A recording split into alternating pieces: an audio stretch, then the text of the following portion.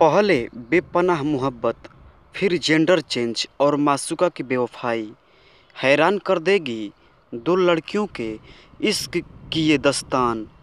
दोस्तों, ये खबर उत्तर प्रदेश के झांसी जिले की है। एक मकान मालिक की बेटी तो दूसरी लड़की किराएदार। महज कुछ महीनों की मुलाकात में ही दोनों लड़कियां अच्छी दोस्त बन गई। लेकिन उनका ये रिश्ता सिर्फ दोस्ती तक ही नहीं रुका, बल्कि उससे भी आगे निकल गया। उनकी दोस्ती कब प्यार में बदल गई, खुद उन्हें भी पता नहीं चला। अभी साल भर भी पूरा नहीं हुआ था कि किराएदार लड़की ने वो मकान छोड़ दिया और दूसरी जगह रहने चली गई।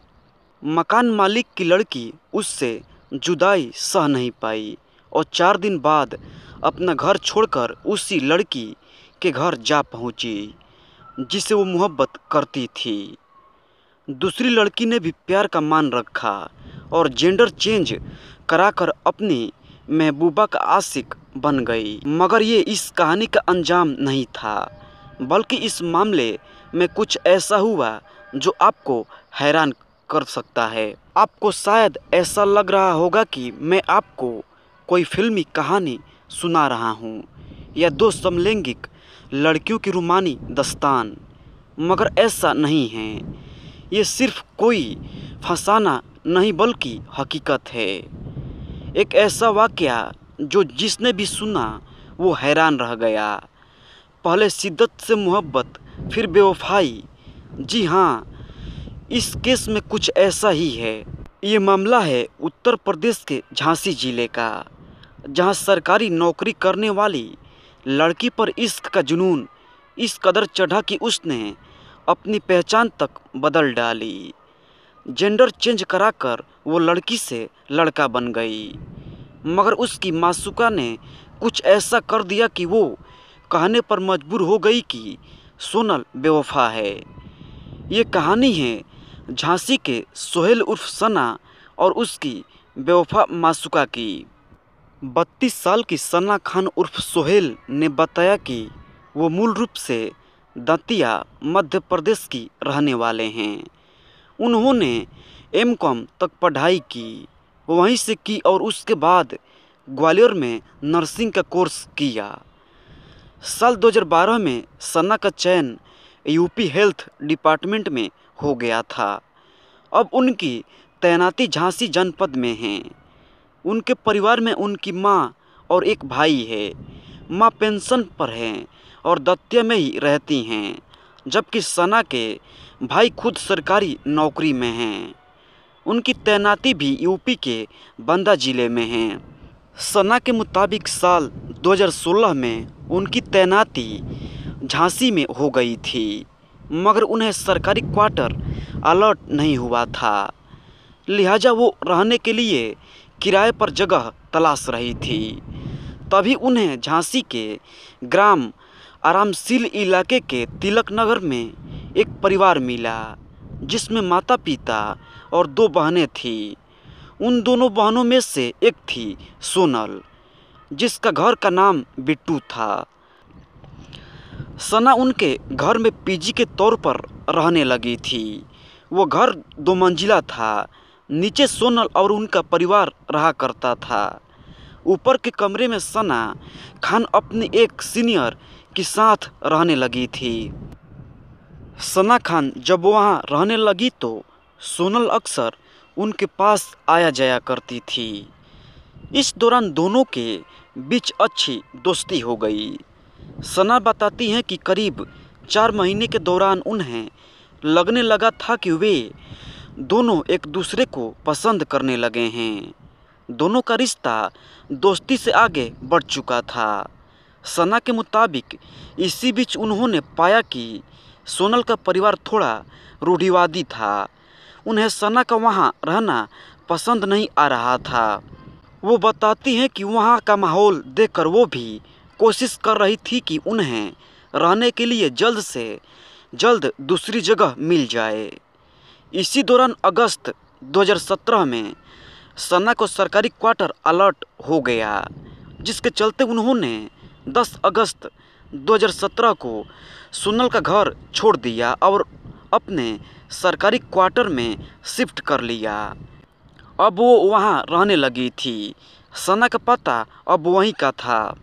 सना को सोनल से अलग रहने का दुख तो था, लेकिन अब वो अपने क्वार्टर में आकर खुश थी। सना ने हमें बताया कि अभी उससे अपने सरकारी आवास में रहते हुए केवल 4 दिन ही बीते थे कि 14 अगस्त 2017 को अचानक सोनल उनके घर आ गई। उसने सना को बताया कि वो उसके बिना नहीं रह सकती और वहीं रहने की जिद करने लगी। सना के मुताबिक उन्होंने सोनल को समझाने की बहुत कोशिश की, उसे वापस लौट जाने के लिए कहा, लेकिन वो नहीं मानी। उसने सना से कहा कि अगर वो घर वापस गई तो घरवाले उसके साथ मारपीट करेंगे और उसे कभी घर से निकलने नहीं देंगे, फिर वो दोबारा कभी नहीं आ पाएगी। इसके बाद सोनल के घर वालों ने 15 अगस्त 2017 को सना के फ़ोन पर कई बार कॉल किया। सना ने फ़ोन रिसीव कर लिया और सोनल को घर भेजने के लिए कहा, जिस पर सना ने सोनल से कहा कि घर वालों से मिल तो लो, और उसे घर भेज दिया। लेकिन उसी शाम को ही वो लौटकर वापस सना के घर आ गई। उसके जीजा यानी बड़ी बहन सोनल के पति ने उससे लेकर आए थे। उन्होंने सना से कहा कि सोनल को घर नहीं रहना, इसे तुम्हारे पास ही रहना है। फिर वो उसे सना के पास छोड़कर चले गए। सना का कहना है कि इसके बाद सोनल के परिवार ने 1 महीने तक उसकी सुध नहीं ली। जब सोनल और सना एक घर में कपल की तरह रहने लगे तो उसी दौरान उन दोनों जिंदगी साथ बिताने का फैसला कर लिया। इसके लिए उन्हें जेंडर सर्जरी का आइडिया आया। फिर उन दोनों ने मिलकर इंटरनेट पर सर्च किया। सना कहती हैं कि वहीं से उन्हें दिल्ली के सर गंगाराम अस्पताल के बारे में पता चला था। दोनों वहां से काउंसलिंग लेने का इरादा कर लिया। हालांकि इस दौरान सना ने सोनल से कहा कि उनकी सरकारी नौकरी है, बड़ी दिक्कत हो जाएगी, मगर सोनल ने कहा कि कोई बात नहीं, एक बार चांस लेकर देखो। उस वक्त सोनल कोई जॉब नहीं करती थी। आगे चलकर वो सरकारी जॉब करना चाहती थी और सेटल होना चाहती थी। इसके बाद सना और सोनल अगस्त में ही दिल्ली के सर गंगाराम अस्पताल पहुंचे और डॉक्टर राजीव मेहता से उनकी काउंसलिंग की। उन्होंने जांच के बाद सना को जेंडर चेंज सर्जरी के लिए फिट करार दिया। उन्होंने ये भी बताया कि यह स्टेप बाय स्टेप होगा। हालांकि उन्होंने उसी वक्त ब्रेस्ट सर्जरी के लिए बोल दिया था, पर सना की काउंसलिंग चलाने की बात कही थी। सना उर्फ सोहेल बताते हैं कि 24 सितंबर 2017 को सोनल के परिवार ने झांसी के महिला थाने में शिकायत कर दी कि वो उनके घर में पीजी पर रहती थी और उसी दौरान उनकी बेटी सोनल को बहला फुसला दिया, जिससे लड़की घर छोड़कर चली गई। उनकी शिकायत पर सना और सोनल को थाने में बुलाया गया।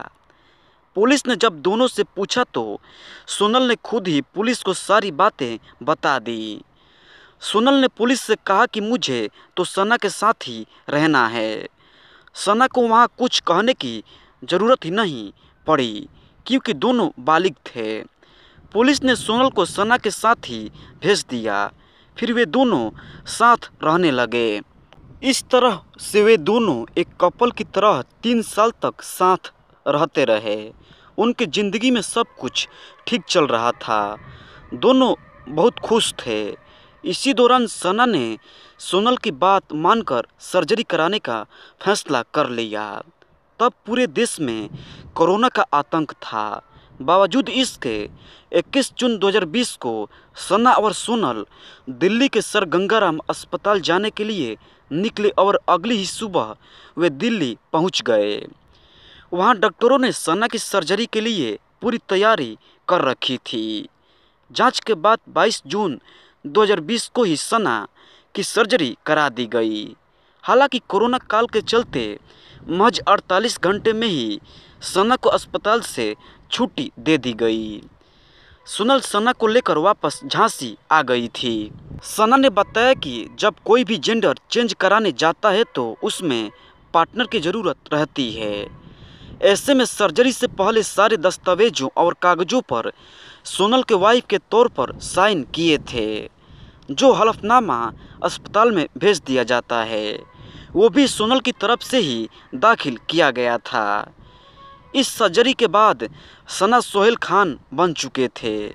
वे कहते हैं कि सोनल ने एक पत्नी की तरह उनकी पूरी देखभाल की, उनका ख्याल रखा, काफ़ी सपोर्ट भी किया। वो चाहती थी कि हम जल्द से जल्द ठीक हो जाएं। इस दौरान सना ने सोनल को संविदा पर अपने विभाग में भी रखवाया था।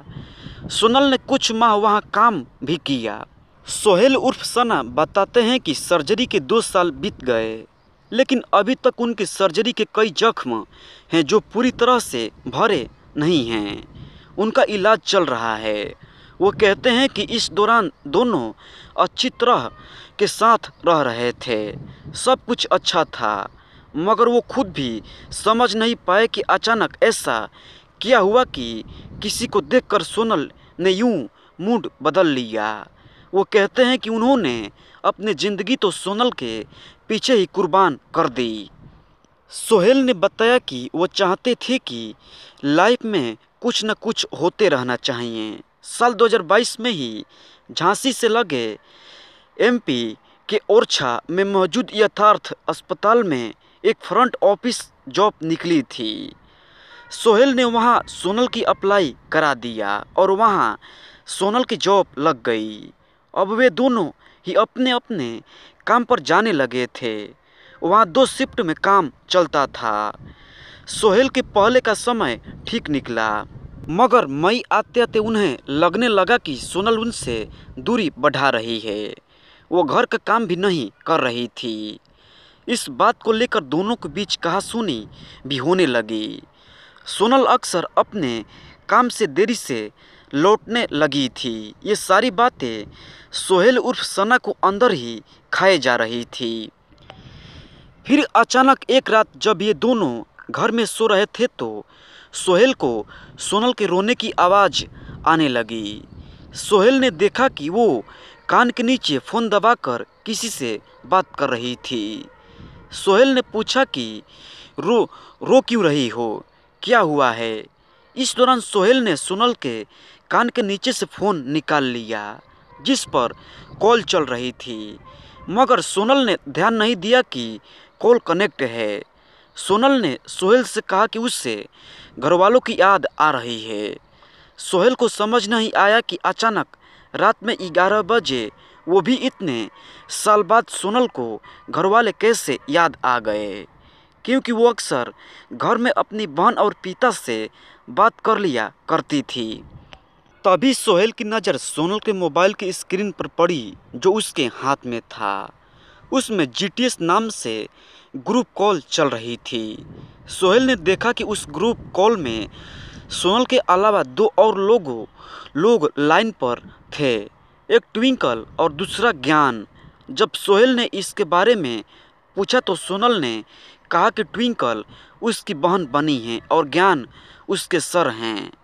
असल में ज्ञान नाम का वो शख्स उस अस्पताल का एडमिनिस्ट्रेशन था जहाँ सोनल काम किया करती थी। सोहेल ने तब माजरा समझ नहीं पाए। उन्होंने सोनल से कहा कि अभी आराम करो, सुबह इस बारे में बात करेंगे।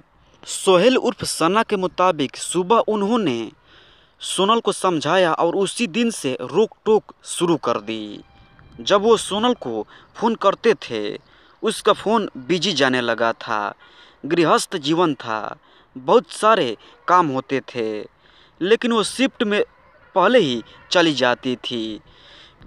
फिर 25 मई 2022 को सोहेल ने सोनल से कहा कि वो उस अस्पताल से नौकरी छोड़ दें, कहीं और नौकरी लगवा देंगे।